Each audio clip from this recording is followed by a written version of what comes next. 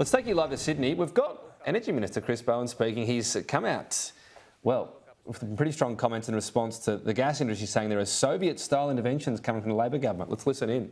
As I said, I understand gas companies want to maximise their profits. Fine. Our job is to step in and respond on behalf of all Australians. It's Australian gas under Australian soil and Australian seas. And Santos, somebody else, can charge as much as they want as far as we're concerned for their exports. They can charge the rest of the world as much as they want. They will charge Australians fair prices for Australian gas. We insist on nothing more and nothing less. How confident are you that Santos or one of the other big energy companies won't challenge your legislation in the High Court or in the courts, and whether if they do that they can withstand that sort of challenge? Have you had legal advice about it? Of course we get legal advice on all steps we take. Of course we do.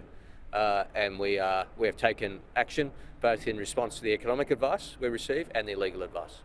In relation to the decision to allow councils to hold the citizenship ceremonies on Australia Day or not in their choosing, why is this necessary? I mean, we have seen this become a political football in previous years. We've seen councils threatened that they will have repercussions if they don't hold these citizenship. Why should it be up to councils? Why shouldn't it be? Why shouldn't communities be trusted to make their own decisions? I mean, the days of citizenship being used as a culture war are over under this government. We trust communities to consult, make their own decisions. Councils in our own areas will make their own decisions. They're perfectly mature enough and sensible enough in consultation with the communities to make their decisions. They don't need the ministers in Canberra telling them how to do their job or to celebrate on Australia Day or any other day. Communities can make those decisions. The reforms passed yesterday will help households, the average household, keep an extra $230 that they otherwise wouldn't have. How come you haven't released the modelling that that's based on? Well, the Treasurer made it clear yesterday that he would provide the Parliament and the people with all the relevant ACCC analysis and advice that could be released. We have nothing to hide.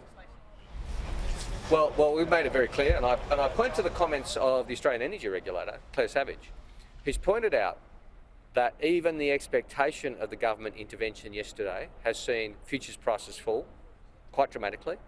They would have spiked again if the Parliament hadn't passed our legislation. I mean, you don't need to look at economic modelling. Look at what's happened already when it comes to the impact on energy prices. Before, I'm sure the Governor-General's even signed off the laws we passed yesterday, they're having an impact. Minister Houston, if I could ask you, well, firstly, in relation to industry. Yeah. How many jobs do you think are at risk if we haven't seen this reform passed? Manufacturing delivers around 900,000 jobs to the nation. It's a big part of the economy, and the ability to make things across sectors is going to be very vital for our longer term economic growth. So we were very conscious of that in designing an energy reform package that would get the balance right and ensure that businesses like these and others can keep the doors open and secure jobs. So that was really important. There are a lot of executives, a lot of lippy executives out there at the moment making all sorts of claims in the aftermath of the Parliament joining to get these laws through. They weren't really there with a lot of suggestions beforehand about how to rein in prices that were basically proposing to skyrocket.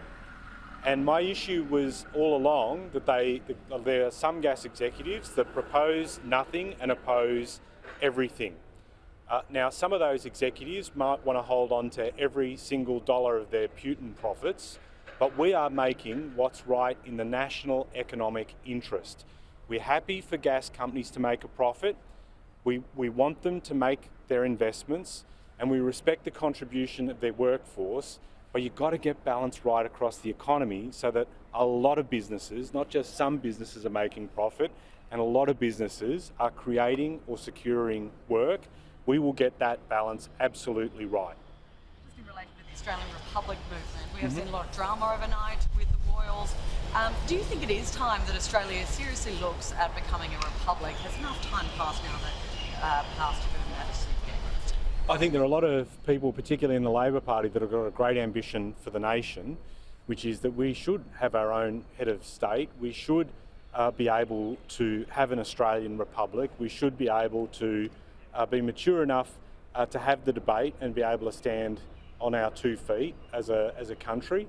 There's a lot of stuff that has been happening, and clearly we were very respectful following the passing of Her Majesty. But I think Australians also, do have belief that in the longer term we can become a republic, and in due course we will sort that out.